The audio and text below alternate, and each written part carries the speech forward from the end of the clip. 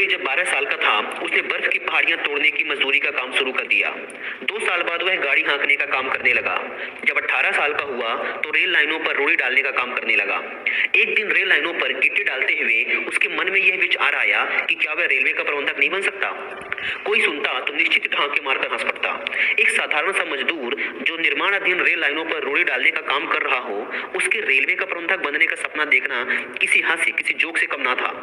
किंतु जो सपने देखता है वही उसको साकार करने के लिए प्रयत्न और मेहनत भी करता है। ठीक समय पर निर्णय लेना और अवसर को कभी हाथ से न जाने देना ही लक्ष्य को प्राप्त करना है। ब्रेडली के मन में यह बात बहुत गहराई तक बैठ चुकी थी कि उसे रेलवे का प्रबंधक बनना है और वह अपने इस कार्य में प्रयत्नशील हो गया।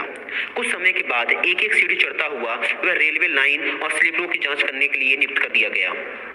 उस समय उसे प्रति महीने $30 का वेतन मिल रहा था। वह प्रत्येक कार्य परिश्रम और ईमानदारी के साथ करता था। वह अपने सपने को साकार होते देख रहा था और वह उसके लिए प्रयत्नशील और कड़ी मेहनत कर रहा था। उसके अच्छे व्यवहार, लगन और परिश्रम को देखकर रेलवे बोर्ड ने उसे स्विचमैन बना दिया। इस कार्य को करते हुए उसने अपने उच्च अधिकारियों से मैत्रीपूर्ण संबंध बना लिए। खाली समय में वह उनके पास बैठकर उनका काम धाम सीखने लगा। फिर जब वह उन कार्यों में प्रवीण हो गया तो वह अपने उच्च अधिकारियों के कार्यों में उनकी सहायता करने लगा। समय के मूल्य को वह समझता था और किसी भी अवसर को हाथ से ना जाने देना चाहता था। प्रबंधक बनने का सपना उसने अभी तक नहीं छोड़ा था कि उसने रेल विभाग के अन्य विभागों की जानकारी प्राप्त करनी शुरू कर दी। उसका उत्साह देखकर विभागीय कर्मचारी उसे अपना काम समझा दिया करते थे। एक साधारण स्विचमैन होने के बावजूद वह अपने से ऊंचे पदों की जानकारियां प्राप्त कर रहा था। कुछ ही समय में उसकी तरक्की रेलवे स्टेशन मास्टर के पद पर हो गई। यहाँ भी उसने अपनी कुशलता का परिचय दिया। उसको अब रेल विभाग के लगभग सभी कार्यों का ज्ञान हो चुका था। उसी दौरान एक बार प्रबंधक महोदय बीमार पड़ गए। उससे सारा काम गड़बड़ा गया। ब्रेडली उनके दौरान उनके घर उनका हालचाल पूछने गया। मेरे बीमार होने से सारा कार्य अस्त व्यस्त हो रहा है। लोगों को बड़ी परेशानी उठानी पड़ रही है, प्रबंधक महोदय ने ब्रेडली से कहा। श्रीमान, ब्रेडली अत्यंत नम्रतापूर्वक बोला, यदि आपकी आज्ञा हो तो मैं कार्यभार देख लूं। मैं आपको विश्वास दिलाता हूं कि मुझसे कोई गलती ना होगी। क्या कह रहे हो तुम? प्रबंधक ने आश्चर्य से कहा। हाँ श्रीमान, और मैं इसके लिए आपसे कोई पारिश्रमिक भी नहीं लूंगा। काफी सोच विचार के बाद प्रबंधक महोदय सहमत हो गए। ब्रेडली ने अत्यंत कुशलता के साथ कार्यभार संभाला।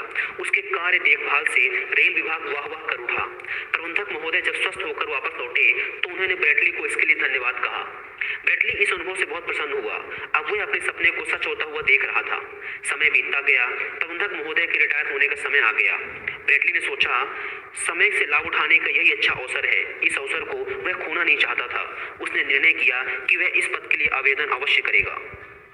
किंतु उसका सपना धरा का धरा रह गया जब एक दिन प्रबंधक महोदय ने बुलाया और बड़े मुखे स्वर में कहा, ब्रेडली, रेलवे बोर्ड की मीटिंग में यह तय हुआ है कि तुम्हें तुम्हारे पुराने काम पर वापस लगा दिया जाए, यानी रेलवे पर रोड़े डालने का काम। तो तुम्हें कल से वही करना है। अब तुम जा सकते हो। इस आदेश ने ब्रेडली को चकरा कर रख दिया। एक झटके में उसका सपना टूटकर चूर चूर हो गया। प्रबंधक महोदय ने उसकी सेवाओं, योग्यताओं पर जरा सा भी ध्यान न देकर उसे पुनः रोड़े डालने वाले काम पर नियुक्त कर दिया। उसकी आंखों में आंसू आ गए।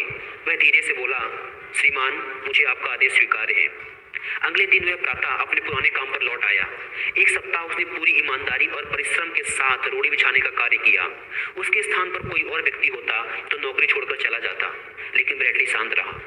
इसका उसे पुरस्कार मिला। 10वें दिन प्रबंधक महोदय ने उसे बुलाकर गले से लगा लिया और बोला, ब्रेडली, तुम परीक्षा में पास हुए। तुम्हें रेलवे का प्रबंधक बनाया जाएगा। तुम्हारे पास कोई डिग्री नहीं थी, इसलिए कमेटी ने यह निर्णय लिया था कि तुम्हारी परीक्षा लेकर देखी जाए कि तुम आखिर किस हद तक रेलवे से लगाव रखते हो, तुम आखिर किस हद तक अपने काम और रेलवे से प्यार करते हो। तो तुम अपनी परीक्षा में पास हुए। ब्रेडली की आंखों में इस बार खुशी के आंसू आ गए। उसने ठीक समय पर सही चुनाव किया और इस तरह अवसर को अपने हाथ से जाने से रोक लिया। अंततः उसने अपने लक्ष्य को पा ही लिया था। एक साधारण सा मजदूर रेलवे का मैनेजर बन